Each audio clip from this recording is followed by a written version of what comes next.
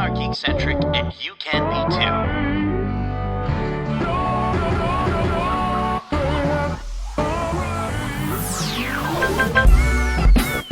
Love ya.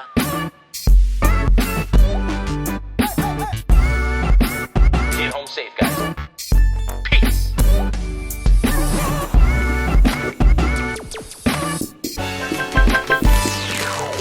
Hello there, geeks. My name is Nate, and welcome to the Geekcentric podcast, and welcome to a very special Behind the Geeks episode for LEGO Star Wars Rebuild the Galaxy. Special thanks, as always, to our friends at Disney Studios Canada, Disney Plus, and Lucasfilm for these wonderful opportunities to get to talk to the people behind all the geeky things we love. If you're joining us for the first time, we are Geekcentric, a podcast celebrating the world of movies, TV shows, toys, collectibles, gaming, and all things geek-centric. We had the chance to chat with three wonderful folks behind this 4-episode animated special, LEGO special, which if you haven't seen it already, all 4 episodes of Star Wars Rebuild the Galaxy are on Disney Plus right now. And I will tell you, as a huge Star Wars fan, we're all huge Star Wars fans here at Geekcentric, but also as a huge LEGO fan, it's just pure joy watching this mini-series and seeing all the deep-cut references, not only to Star Wars, like every few moments you're getting hit in the face with different Star Wars puns and memes, but seeing all the deep-cut references to Star Wars LEGO specifically, as a LEGO fan, was just so cool. And, you know, after listening or watching these interviews, whether you've got younglings in your home or you're just like me, you're a youngling at heart, go watch this miniseries. I think you're really going to enjoy it. As for these interviews, we had the wonderful opportunity to chat with showrunners and executive producers Dan Hernandez and Benji Samit, who shared some insight into just how they were able to get away with some of the hilarious changes they made to the Star Wars universe. And you can tell they are just such huge Star Wars and LEGO fans. And then we also got to chat with Jedi Bob himself, Bobby Moynihan, who I've always been a big fan of, whether it's his work on SNL or within the Star Wars universe in Star Wars Resistance as Orca, or Star Wars Tales from Galaxy's Edge on MetaQuest. You can hang out with him in a bar. It's pretty fantastic. You know, he's always made me laugh, and we talked about some pretty funny ideas in this little chat. And I also got to share a neat little way that him and I connect through a Star Wars experience that I don't think either of us will ever forget. Just an FYI for if you're listening to this and you can't see it, go over to our YouTube at youtube.com/geekcentric to see what special collectible I'm holding up in my hand that Bobby and I both have from that Star Wars memory. Before we get to these interviews, I'll quickly mention that our beloved Hot Geek Summer has come to an end, but with it were so many incredible opportunities that we have episodes available out right now that you can listen to our experiences, whether it's our spoiler-free review for HBO's The Penguin, which is so good, we just reviewed it, or our 3 convention recap episodes covering Marvel's San Diego Comic-Con, Hall H announcements, our own experience at Disney's D23 Expo, and most recently, our time at Fan Expo Canada 2024. We've been very busy and very blessed to have all these fantastic opportunities, so thank you for listening, and thank you to all those who've helped us with those opportunities. But, you know, make sure to subscribe. We've got some really great stuff on the way. You know, Hot Geek Summer's over, but it's about to be a cozy and spooky geek fall. We've got some really cool stuff on the way for the rest of the year, with coverage for Agatha All Along and Transformers 1 coming very soon, amongst a bunch of other stuff. So check out our con recaps, our interviews, either here on your podcast service of choice or over on YouTube at youtube.com/geekcentric. But listen, I can hear something. It's in the Force. The Force is calling me. I'm not sure if that's how the Force works, but it's telling me we need to get to these interviews. So please enjoy our interviews with Bobby Moynihan and showrunners and executive producers Dan Hernandez and Benji Samit. Hey, Bobby, my name's Nate. Thank you so much for chatting with me on the Geekcentric podcast. How are you doing today? Good. How are you? I love your shirt more than anything. Thank you. Thank you. I got one of your favorites here. I think I know, my little Jabba. Java boy. I love him. That's what I noticed first. I'm stoked to talk to you, and I'm stoked to actually let you know that in preparation for this interview, I discovered that we actually share a favorite Star Wars memory, which is that we were both at San Diego Comic-Con in 2015, and we attended the concert together, and I didn't even realize you were there. You should have come say hi to me. I didn't. I don't know what I was thinking. I apologize. It's okay. You were hanging out with Mark Hamill and understanding. Yeah, yeah. that was like one of the craziest days of my life. JJ and I had met through SNL, and he invited me. And the next thing I knew, I was meeting Carrie Fisher and Mark Hamill, and I'm backstage with Lord and Miller, and the only people backstage with the entire cast. It was nuts. Absolutely. Wild. Yeah, crazy Wild. day. But So fun. cool. So much fun that you got to experience that. That's what I love about Star Wars, is those kind of things. Yeah, 100%. And I know you're a collector, and you got I'm sure you still have one of these. I got mine 20 feet away in the closet. I would go get it right there. We could have a lightsaber battle. Congrats on this special, man. I gotta say, it's fantastic. So much nostalgia for not just Star Wars but Lego.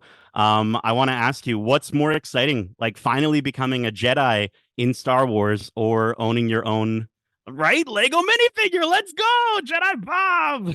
Can't believe it. Yeah, this is mine from when, before I got cast. That was wow, the original one. That's the original I have one with the little. I like the one because he's got two faces. He's got the little upset face. Yeah, his angry Jedi Bob face. That's my Jedi Bob. I can't believe it. I can't believe it. I have a Jedi Starfighter. I have scenes with Mark Hamill in Star Wars. It makes and Ahmed Best. It makes no sense. It makes no sense. Unreal. Sometimes as Star Wars fans, we like to imagine different ways that the stories could have gone. If we were in the writer's room, if you could rebuild anything from the Star Wars galaxy, what would you want to change? I did it in this. I tried to, but then they didn't allow. I like to improvise weird Star Wars things because I like to make it canon. And I improvised that at one point Jedi Bob was a backup saxophone in Max Rebo's band, but he got kicked out for stealing. I love that. They were like, you can't do that. I was like, okay, sorry. I try to shoehorn my characters into like Forrest Gump. I try to shoehorn them into old situations all the time. And Leland from Lucasfilm is like, Bobby, no. Well, your Jedi Starfighter comes with a banana, so in my head canon, he's playing the sax on the banana now. That's where I'm going with it. There is no better thing, accessory for a Star Wars action figure for Jedi Bob, that he just comes with a sensible lunch, just milk and a banana, just in case he's doing too much force building and he's got to take a little break and get some potassium. It's so good. I love how funny this show is, this miniseries. And I love, just how it shows how funny Star Wars can be. With your SNL background, I wanted to know, I know I saw in an interview you talked about the idea of Lego coming up with an SNL Lego set, which 100% Lego Group, make that happen. It should already be in production. We tried, John Stasis. We asked them and they said it's not an IP that they can do, but I'm trying. It's got to happen. We got to make it happen. All the fans are going to make it happen. But it's the 50th. But I want to know, bringing it back to Star Wars. Yes. If there was an SNL in Star Wars, who are the characters that you're casting on that first run? Who's getting in there? My God. Come on. That's the best question I've ever been asked. Awesome. I mean, Nine Num is in the cast. Num in. Wow. This is Wicket. Warwick is probably in there. Mm-hmm. Oh my gosh. Now I'm just trying to think of all the type. We need someone to play Star Wars game show hosts. That's Bib Fortuna all the way. Yeah. I also love Ponda Baba and Dr. Evazan would be in the audience. They'd be the characters that are I don't like this or whatever. Now you're doing Muppets. Yeah. There we go. Yeah. All of that. That is a fantastic question that is going to plague me for the rest of the year, I think. fantastic. Well, listen, I will get your info and I will bring you a cast list shortly. send me the cast list. We'll make it happen. I'd love to see Star Wars Night Live, I guess is what we would call it, right? Yeah. Bobby, it's such a delight to get to even just chat with you for a few minutes here, and hopefully we get to share more wonderful Star Wars moments together in the future. And I can't wait to see where you pop up in Star Wars next, because you're gonna keep going with it. I'm so stoked for you. Thank you. I wish if it's the only thing I do, I'll be very lucky. Awesome, man. Well, thank you so much. Cheers, Such a blast, man. And now our interview with showrunners and executive producers Dan Hernandez and Benji Samit. Hey Dan, hey Benji, how are you both doing today? Great. How are you, Justin? How are you? I'm doing great. Look, I've seen the 4 episodes. I absolutely love what you guys have been able to do as Star Wars geeks. We are Geekcentric, so we appreciate that. But for yourselves, how does it feel to be here? Just, a few days out from release, and everyone's going to be able to like actually enjoy the fruits of your labor. It's surreal, a dream come true. Like it's hard to believe. Like we've been working on this for many years now, in secret, and so for it to finally be like at the cusp of release, like it's so exciting. Like Lego and Star Wars separately are like the 2 most important things to me, like for my whole life. Right. And so to be doing this, bringing them together and like doing this like ultimate celebration of Lego Star Wars, I'm still pinching myself. And for me, it's just that feeling of anticipation and nervousness and hoping that it lands with people that maybe don't know as much about Star Wars, Sure. or Lego, and also people that are really in it, really deeply in it, and knowing that there's stuff that's written for everyone, and that there's sort of, you can go as deep into it as you want to, and you'll find some crazy Easter eggs and some really considered geeky stuff, because we cannot, for better or worse, we can't help but be ourselves. Can't on help that ourselves. one. No. Yeah, and that's just it. It's lovingly made by Star Wars fans, which I for myself and my co-host who's talking with Bobby, we generally appreciate, because it speaks to the fandom so much more, and it's more to, again, it doesn't need to speak to just people who have seen all the things, but it definitely helps, right? It definitely helps if you have, because you know what you're referencing, and on that, I guess it's just the biggest question I have is, how the hell did you guys get away with so much? Like Yes. what was that collaboration like with Lucasfilm and Lego? Like, like the Lego space always seems to feel like it's very self-referential. It likes to make fun of itself, but this goes like on a whole new level. So what did that collaboration look like with Lucasfilm to kind of get some of these elements in place? It's been a dream collaboration, honestly. Like we've had the pleasure of collaborating with a lot of different corporations and IPs and things over our careers, but this one has been really special in that from the jump, everyone at Lucasfilm and Lego have really been on the same page with us of like exactly what this should be and what the tone should be. And, because we are celebrating Lego Star Wars and that unique partnership and that unique brand in itself, Yes. like the tone that goes with it, there's a playfulness that goes with it. There's a creativity and also just having fun. And so everyone has been extremely supportive, even of things where we're like, can we do this? I don't know, but There were definitely times where Benji and I would say, look, we'll write it.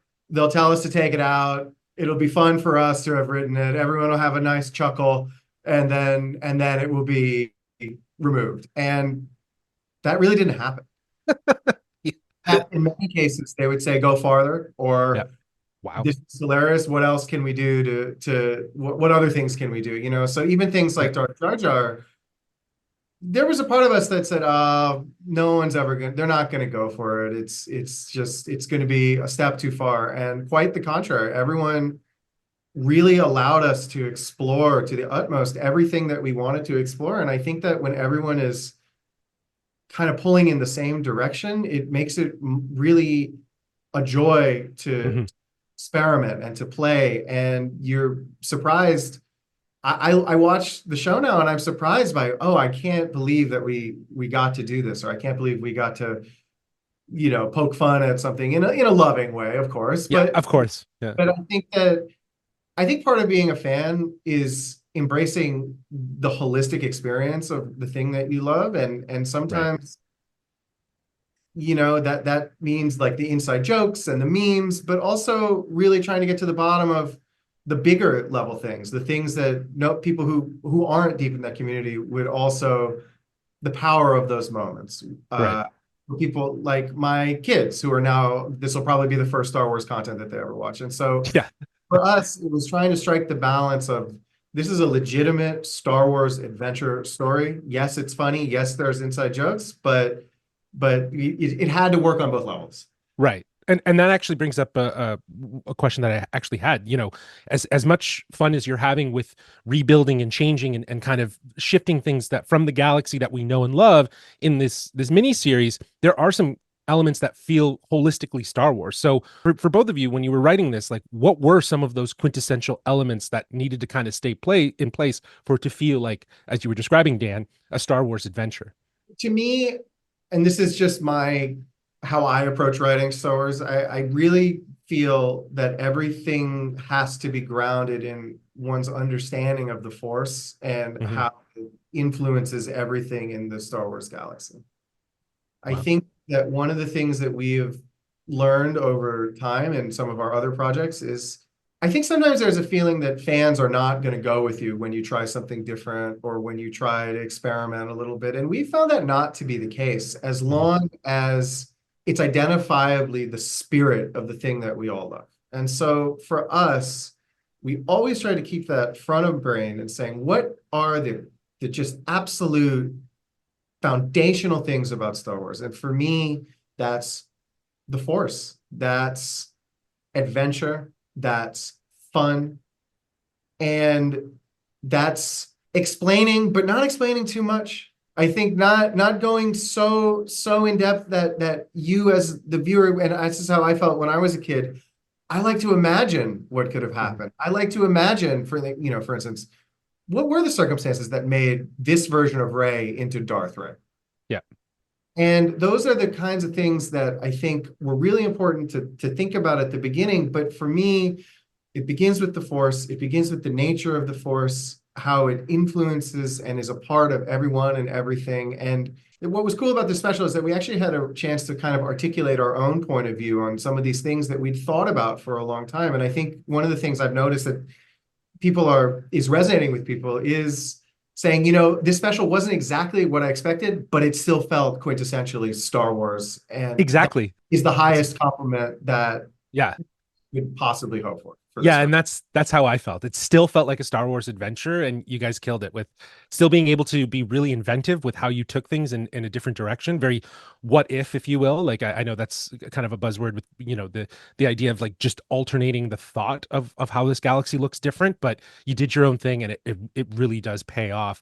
You guys have written some really great jokes. You have some really great lines in here. You as you were mentioning it, Dan and Benji, you guys have it for both kids and adults. How did you balance that? How did you find that balance of being able to poke fun at Star Wars while also making something that's really enjoyable for kids?